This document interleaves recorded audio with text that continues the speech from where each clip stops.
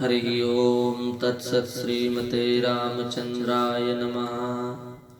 ओम नमः परमहंसास्वादित चरणकमलचिन्मकरन्दाय भक्तजनमानस निवासाय श्रीरामचंद्राय वाञ्छाकल्पतरुभ्यश्च कृपा सिन्धुभ्य एव च पतितानां पावनेभ्यो श्रीवैष्णवेभ्यो नमो नमः।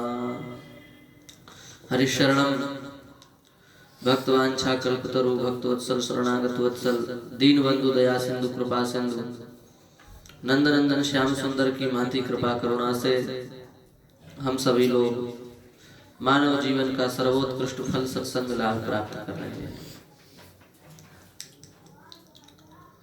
भगवान की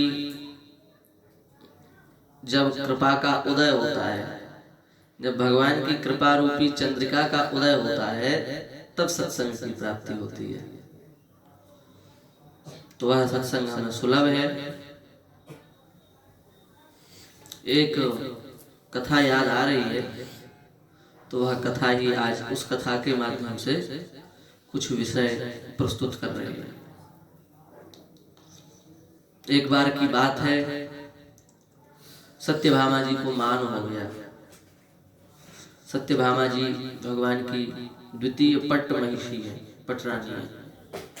तो सत्यभामा जी ने कहा कि हे भगवान, आप हमसे प्रेम नहीं करते। भगवान ने कहा प्रेम नहीं करते, ये आपको कैसे पता चला? बोले नहीं, हमारे हृदय में ऐसा अनुभव हो रहा है, आप हमसे ज्यादा अन्य रानियों को प्रेम करते हैं। और यदि आप हमसे प्रेम करते हो तो स्वर्ग का कल्प वृक्ष आप हमारे आंगन में लाके खड़ा कर दो, तो हम मान जाएंगे कि आप हमसे प्रेम करते हैं। भगवान ने कहा ठीक है। अब स्वर्ग के देवता हैं इंद्र, तो इंद्र ही कल्प वृक्ष दे सकता है। तो भगवान ने नीति के अनुसार काम किया। नीति का अनुसार ये है कि हमारे पास कोई ऐसी वस्तु है जो आपको अच्छी लगती है, तो हमने आपको ला करके दे दी, अपने आप, आपके बिना मांगे। जब हम आपको ला करके दे देंगे और फिर आपसे हम कुछ कहेंगे कि हमें ये चीज़ दे दो, ये वस्तु हमें दो, तो आपको मना करने में बहुत संकोच लगेगा। यदि बिल्कुल ही पत्थर हृदय के होगे तो मना भी कर दोगे, अकृतज्ञ का दोष लग जाएगा। बाकी आपकी कोई प्रिय वस्तु हम आपको प्रदान करें और आपसे कोई वस्तु मांगे, तो आप अवश्य हमको दे दोगे कि देखो हमको इतनी अच्छी वस्तु लगती थी, इन्होंने हमको दी बिना कहे, तो हमारा कर्तव्य है कि जब ये मांग रहे हैं तो हम इनको दे दें। यही हुई ना नीति की बात, यही भगवान ने किया। इंद्र की जो माता है अदिति, उनके कुंडल भौमासुर नाम का एक राक्षस हर के ले गया, और इनकी हिम्मत नहीं पड़ती थी कि उसके किले में घुस जाए।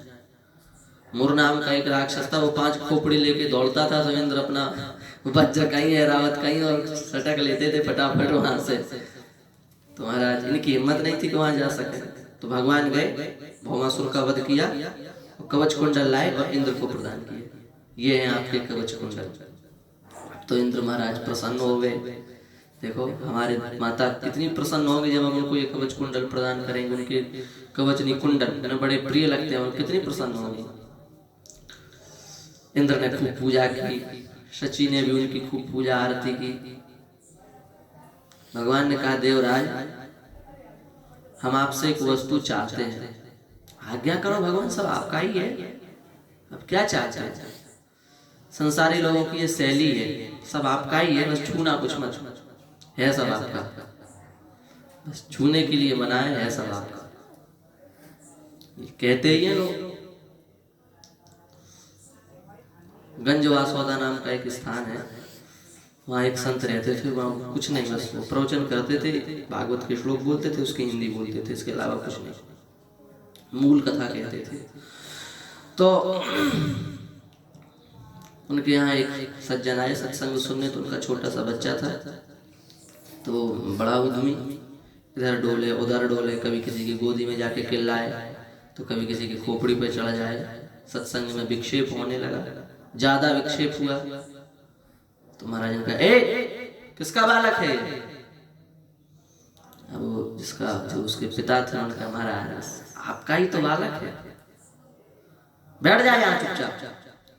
तो बच्चा बेचारा, बच्चा तो बच्चा शक पका गया, डर गया, आंखों से उसके आंसू आने लगे, बैठ गया चुपचाप। सत्संग हुआ तो बाबा उठे और उसका हाथ पकड़ लिया। और वो तो वैसे ही डर गया था, हाथ और पकड़ लिया बाबा जी तो और डर गया, जोर जोर से रोने लगा। तो जो उसका पिता था बोला, महाराज देखो ये तो अच्छा नहीं, आपने पहली बार तो डांट दिया, बच्चों को डांटना नहीं चाहिए। बेचारा कितना घबरा गया, और वह हाथ और पकड़ के आपने रख लिया है, अच्छा बात नहीं है, लड़का हमारा, हमें बहुत दुख हो रहा है। बाबा जी हंसे और बोले, देख लो अभी ये जब हमने पूछा था कि शोर कर रहा है बच्चा किसका है, तो कह रहा था कि आपका ही तो है महाराज। अब हमारे बच्चे पर तुम्हारा क्या अधिकार है? अब हम इसको उंगली पकड़े, चाहे इसको डांटे, चाहे फटकारें, आपका क्या अधिकार है? आप जा सकते हो। बोले महाराज लोग कहनाते में कहते हैं कि आपका है, वहां सही में थोड़ी नहीं आपका है। कहनाते में कह दिया था, सभी लोग कहते हैं आपका ही, तो हमने भी कह दिया। इसका भी दोष लगता है।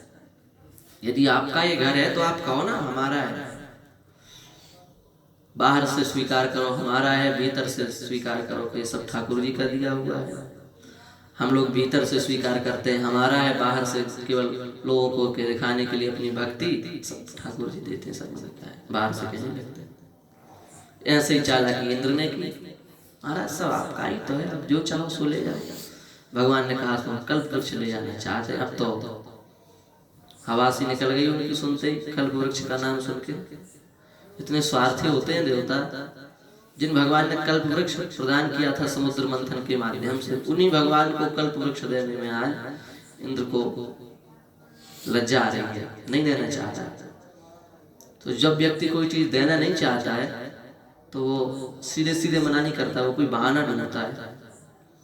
तो इंद्र बोले, महाराज इसके जो पुष्प है ना, उन पुष्पों से हमारी पत्नी इंद्राणी श्रृंगार करती है, तो आप अपनी पत्नी को मनाने के लिए कल्प वृक्ष ले जा रहे हो। आपकी पत्नी रूस गई है आपसे, तो आप अपनी पत्नी सत्यभामा जी को मनाने के लिए कल्प वृक्ष ले जा रहे हो। आप तो मना लोगे, पर हमारी पत्नी रूस गई तो हम अपनी पत्नी से पूछ तो नहीं, अवश्य पूछो। अब इंद्र ने भौहें फेरते हुए सची को सारा कर दिया कि तुम मना कर देना, तो फिर बात बिगड़ जाएगी। स्त्रियों का स्वभाव होता है महाराज, वो पुरुष के हृदय की बात को समझ जाती हैं, बिना बताए समझ जाती हैं, बहुत जल्दी पुरुष को परख लेती हैं। उनमें विशेष गुण है, शक्ति है ना, शक्ति या श्री स्वयं सुकृति नाम भुवनेश्वर लक्ष्मी पापा, तो वो समझ लेती हैं। वो समझ गई कि इंद्र जो है वो कल्प वृक्ष देना नहीं चाहते हैं, तो जब पति देना चाहते तो फिर पतिव्रता पत्नी विरोध कैसे कर सकती है पति का। तो सची बोली, ये स्वर्ग का जो वृक्ष है ना, ये देवताओं के भोग के लिए है, मृत्युलोक के प्राणियों के लिए थोड़ी नहीं बनाया गया है, हम नहीं दे सकते। दो टूक मना कर दिया, और ठाकुर जी भी वहीं बैठे सुन रहे हैं। भगवान ने अनसुनी कर दिया। बोलो महाराज हो गई तुम्हारी मंत्रणा गुपसुप? इंद्र से बोले, हो गई गुपसुप, बताओ क्या निर्णय है तुम्हारा?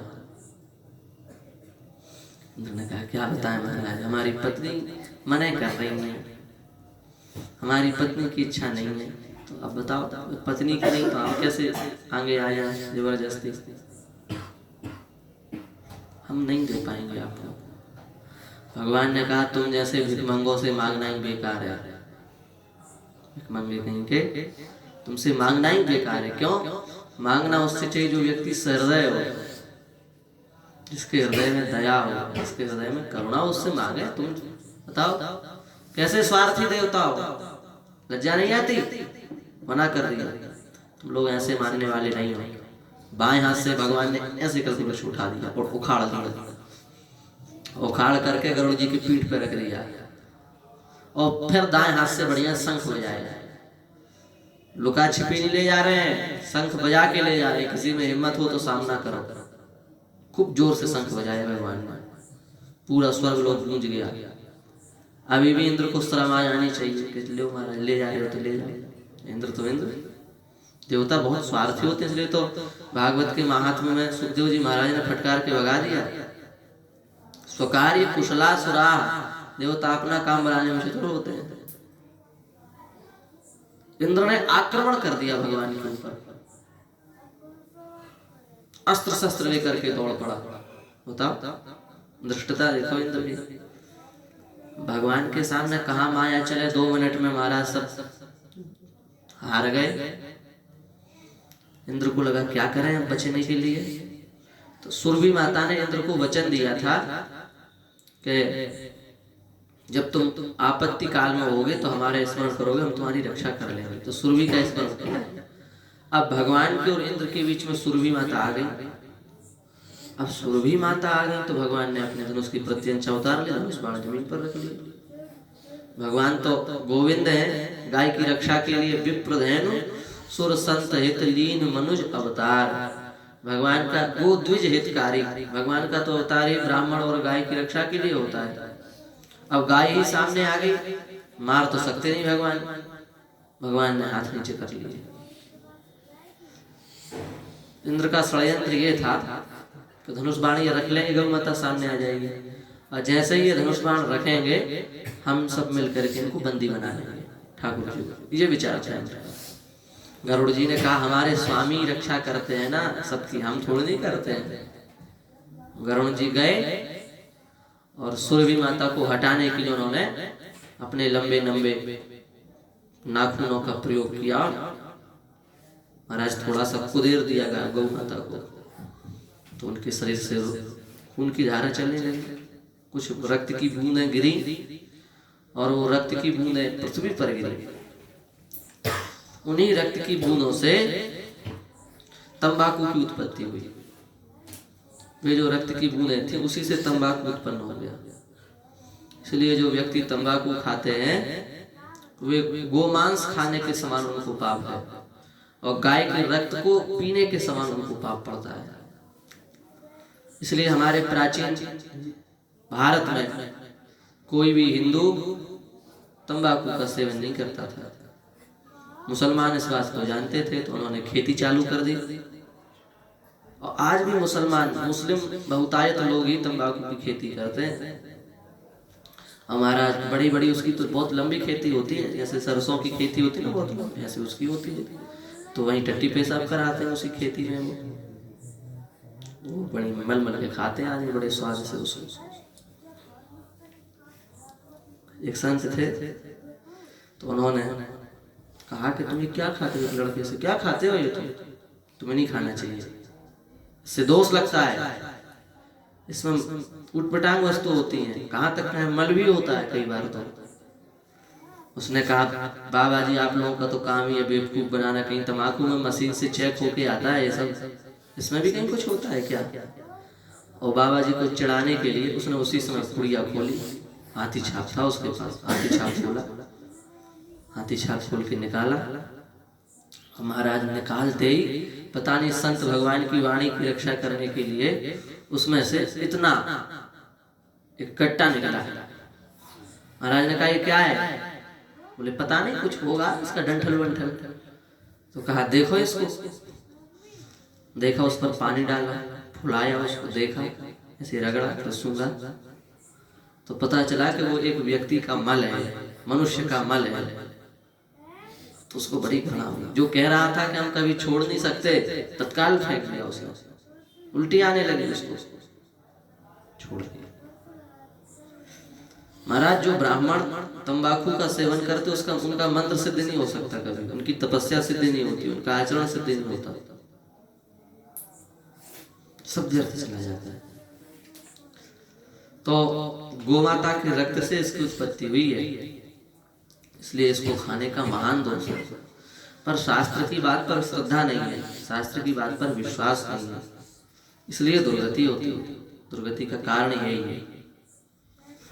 शास्त्र कहता है कि जो व्यक्ति बैगन खाता है उस व्यक्ति के हृदय में 27 दिन तक उस बैगन का प्रभाव रहता है। एक बार खाने से, आज खाया तो 27 दिन तक उस बैगन का प्रभाव रहेगा तुम्हारे ऊपर। और उन 27 दिनों के भीतर यदि किसी भी दिन मर गए तो बिना जांच पड़ताल के नरक जाओगे, सीधे नरक जाओगे, कोई उद्धार का उपाय नहीं। जो लोगों को विश्वास नहीं है, श्रद्धा नहीं है, अब उसमें कुछ वचन ऐसे भी मिल जाते हैं कि जो सफेद हंस के जैसा बैगन है वो नहीं खाना चाहिए, पर जो काला काला हो बिल्कुल सालिग्राम जी जैसा, उसको खा लेने में कोई दोष नहीं है, तो खा भी लेते, काले बैगन खा लेते हैं।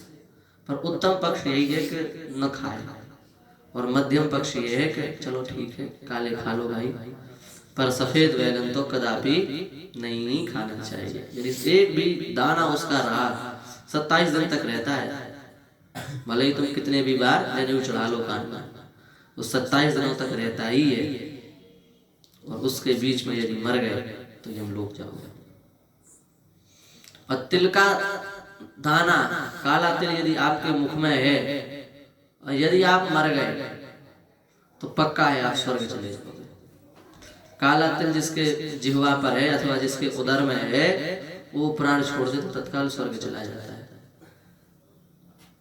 ये बात है। तो ये सब बातें सुनने के लिए नहीं है, इन बातों का पूर्णतः पालन करना चाहिए। रोज काला तिल सब्जी में डाल लो, दाल में डाल लो, पेट में चली जाएगी किसी न किसी माध्यम से। हराई डालते 2 दाना तिल के भी डाल दो, चला जाएगा पेट में, मर जाओगे तो सीधे स्वर्ग जाओगे। तो इस प्रकार से उसकी उत्पत्ति हुई तंबाकू की। बैठे रहो। अब भगवान ने कहा तो देखो क्या किया जाए, क्या किया जाए, अब क्या किया जाए भाई। गौ माता तो छत विक्षत हो गई, पर गौ माता ऐसी भक्त वत्सल है तो हटी नहीं, गरुड़ जी के हटाने से भी नहीं हटी, खड़ी रही बेचारी। भगवान ने गरुड़ जी से कहा कि देखो ज्यादा गौ माता पर अत्याचार मत करो, इन्हीं देवताओं को उड़ा दो। सो गरुड़ जी महाराज ने जब अपने दोनों सूपा चलाए, दोनों पंख चलाए, तो महाराज जैसे आंधी आती तो सूखे पत्ते उड़ जाते हैं, ऐसे इंद्र कहीं, ऐरावत कहीं, उनका वज्र कहीं, पूरे देवता पत्ते जैसे उड़ गए पूरे इधर उधर।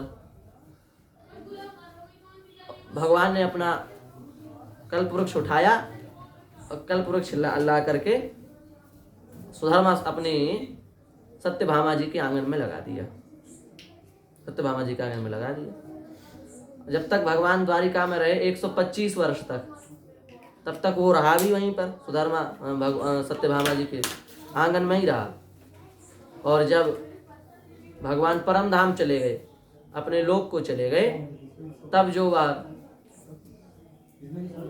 कल्प वृक्ष था वो दोबारा स्वर्ग चला गया। तो ये कल्प वृक्ष की कथा है, और इस कल्प वृक्ष की कथा में 2-3 बातें हैं जो मुख्य केंद्र की बिंदु हैं। सबसे पहली बात तो ये है कि जो देवता हैं वो बड़े ही स्वार्थी हैं, ये पक्की बात समझ में आ गई। दूसरी बात ये समझ में आई इससे पक्का कि तंबाकू का सेवन कभी नहीं करना चाहिए। और तीसरी बात ये है कि नीति का आश्रय जैसा भगवान ने लिया, उसी प्रकार से नीति का आश्रय लेकर के अपना कार्य चलाना चाहिए, अपना काम करना चाहिए। और यदि इनका आश्रय नहीं लेते हैं, इनकी बात नहीं मानते हैं, तो फिर हमारी भी दुर्गति होगी और हमारा भी नाश हो जाएगा। श्री वृंदावन बिहारी लाल की जय।